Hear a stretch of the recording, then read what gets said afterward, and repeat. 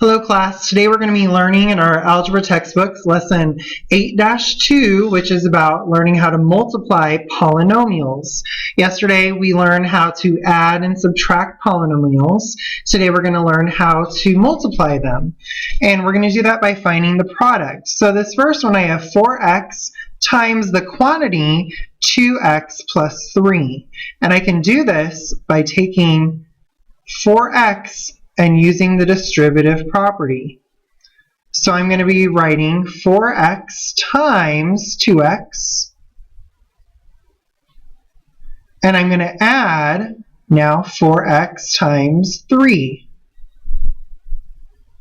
So when you do this, first you want to multiply the constants. So 4 times 2 is 8, and then multiply the variables. X times x is now x squared. Plus 4 times 3 is 12, and I only have one variable left, so it's going to be plus 12x, and that would be the final answer. Things get a little more complicated the longer the polynomial gets. So this time I'm going to do the same thing. I'm going to be multiplying 2x cubed throughout this longer polynomial. I have x cubed plus 3x squared minus 2x plus 5. And I'm going to distribute this to every single part of this polynomial. So let's write it all the way out. 2x cubed times x cubed. That's the first part.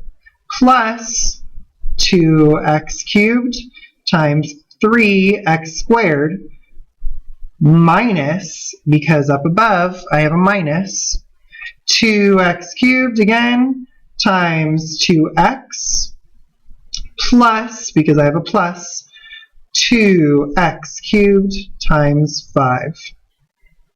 All right, and now I can work this out. 2 times 1 is just going to be 2, but x cubed times x cubed is x to the 6th power. It's not x to the 9th power, because remember, when you multiply two bases that are the same, you're just going to add the exponents.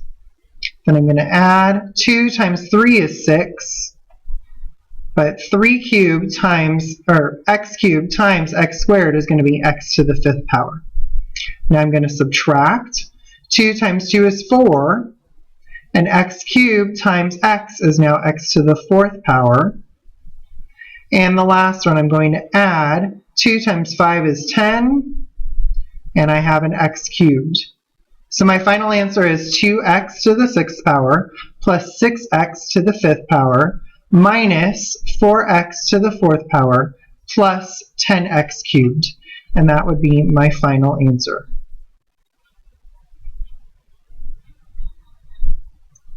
So I hope you're with me so far. It's the same technique that we're doing, all right, but sometimes the polynomials will get longer. So let's look at a few more problems. These ones are going to get a little more complicated, but you're going to be able to do them without a problem. So now I have a trinomial multiplied by a binomial. And you can use the same technique, but just do one item at a time. So let's start with our 2x squared. And I'm going to multiply this times each item inside of the binomial. So I'm going to write 2x squared times 4x. And then I'm going to subtract 2x squared times 3. So now I have taken care of the 2x squared. Now let's move on to the 5x. So I'm going to add 5x times the 4x. And then I'm going to subtract 5x times 3. That's taking care of the 5x. Now I have minus 1. So it's going to be minus 1 times 4x. And minus 1 times minus 3, or negative 1 times negative 3, is positive 3. Okay, so now we can work every other element out. So 2 times 4 is 8, but x squared times x is x cubed, because there's an exponent of 2 there, and this x by itself, it has a 1, so 2 plus 1 is 3. Minus 2 times 3 is 6, and it's simply x squared. Plus 5 times 4 is 20, and 1x, when you multiply them, is x squared. Minus 5 times 3 is 15, x minus 4x plus 3. I'm almost done. This final part now is I need to combine like terms. So since both of these have an x squared in it, I can combine them. But this is the only one with an x cubed, so I'm going to leave it alone. So I have 8x cubed. So what is negative 6x squared plus positive 20x squared? Well, that's 14x squared. Now I also have a negative 15x and a negative 4x. They both are of the x family. So negative 15 and negative 4 is negative 19x.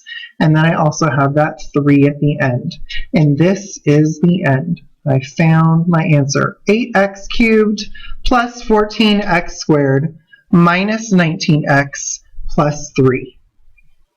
So that was a little tricky, so let's do the same process one more time. This time I have a squared plus 3a minus 4 times the quantity 2a minus 3. And I'm going to bring this down here just so I have a little bit more room. So the first one I'm going to start with is a squared, and I'm going to multiply it by each element in my second binomial. So a squared times 2a minus, because I have a minus sign, a squared times 3. Now I can move on to the 3a. So plus 3a times 2a minus 3a times 3. And then I can move on to the negative 4. So negative 4 times 2a. And then negative 4 times negative 3 is positive 12. So I can add my 12. All right. Now let's work through this. A squared times 2a is 2a cubed. Because I have a squared and a regular a by itself, so that's a cubed when you multiply them. Minus 3a squared plus 6a squared minus 9a minus 8a plus 12. All right. So now I can go through, and this is the only one with a cubed, so that's going to remain 2a cubed. Then I have negative 3a squared and positive 6a squared. When I combine those, I'm left with positive 3a squared. I can also combine the a's. Negative 9a minus 8a is negative 17a. And then I also have the 12 that I'm going to add on. So my final answer is 2a cubed plus 3a squared minus 17a plus 12. Now I'm going to show you one more trick, but it's only going to work when you're multiplying two sets of binomials, okay? And the word that I want you to remember is FOIL. And this is something you're going to remember the rest of your life. I still remember it from 6th grade when I was taught about FOIL, and I'm sure you're going to remember it when you become an adult as well. So let's say, for example, that we have 2x plus 3, and let's multiply that by 4x plus 1. So I'm multiplying two binomials here. And again, the word that I told you that I wanted you to remember was FOIL. So the F in FOIL stands for first. So what I want you to do is to multiply the first two elements in each binomial. So 2x times 4x is 8x squared. Okay, so that stands for the first. Okay. And then we're going to add The O stands for outside. So then I'm going to take the 2x, which is on the front part, and the 1, which is on the back part. Those are the outside parts, and I'm going to multiply them. 2x times 1 is simply 2x.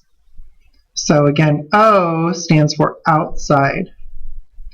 And it really helps when you draw these arrows. The I in FOIL stands for the inside values. So we're going to multiply the 3 times the 4x, and 3 times 4x is 12x. That stands for inside.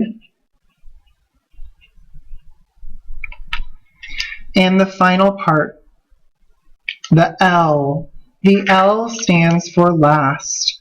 So I'm going to multiply the last one of the first set times the last one in the second set. So that's going to be 3 times 1, which is 3, and that's last. Okay, so that is FOIL for you. There's just one more step.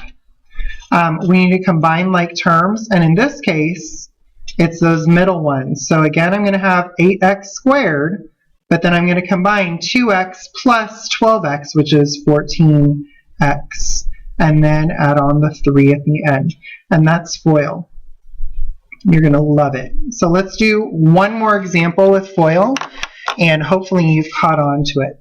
So here's our second example using FOIL. We're going to have in parentheses 4b minus 5, close parentheses, and then in parentheses again, let's multiply it by b minus 2. So the difference this time is that I have 2 minus signs in my binomials instead of plus signs, but you're going to use the same technique. So first, let's multiply the first ones. So that's going to be 4b times b. That's going to be b squared. O, that's the outside ones. So look here, 4b times negative 2 is negative 8b. Next, I stands for inside. Negative 5 times b is negative 5b. And the last part is last, that's the L. Negative 5 times negative 2 is positive 10. Then, like I've been doing, I'm going to combine elements that are in the same family. So I have 4b squared. Negative 8b minus 5b is negative 13b plus 10. And I'm done. So I hope you feel pretty confident now in different ways that you can multiply polynomials. So when you come back to class, come with any questions that you might have. And I also would like you to try out these two problems. The first is x squared plus 2x plus 1 times x plus 2 in parentheses. And the second one, I'll give you a hint, you can use FOIL on. It is 4a plus 3 times a minus 2. And I'll see you when you come to class.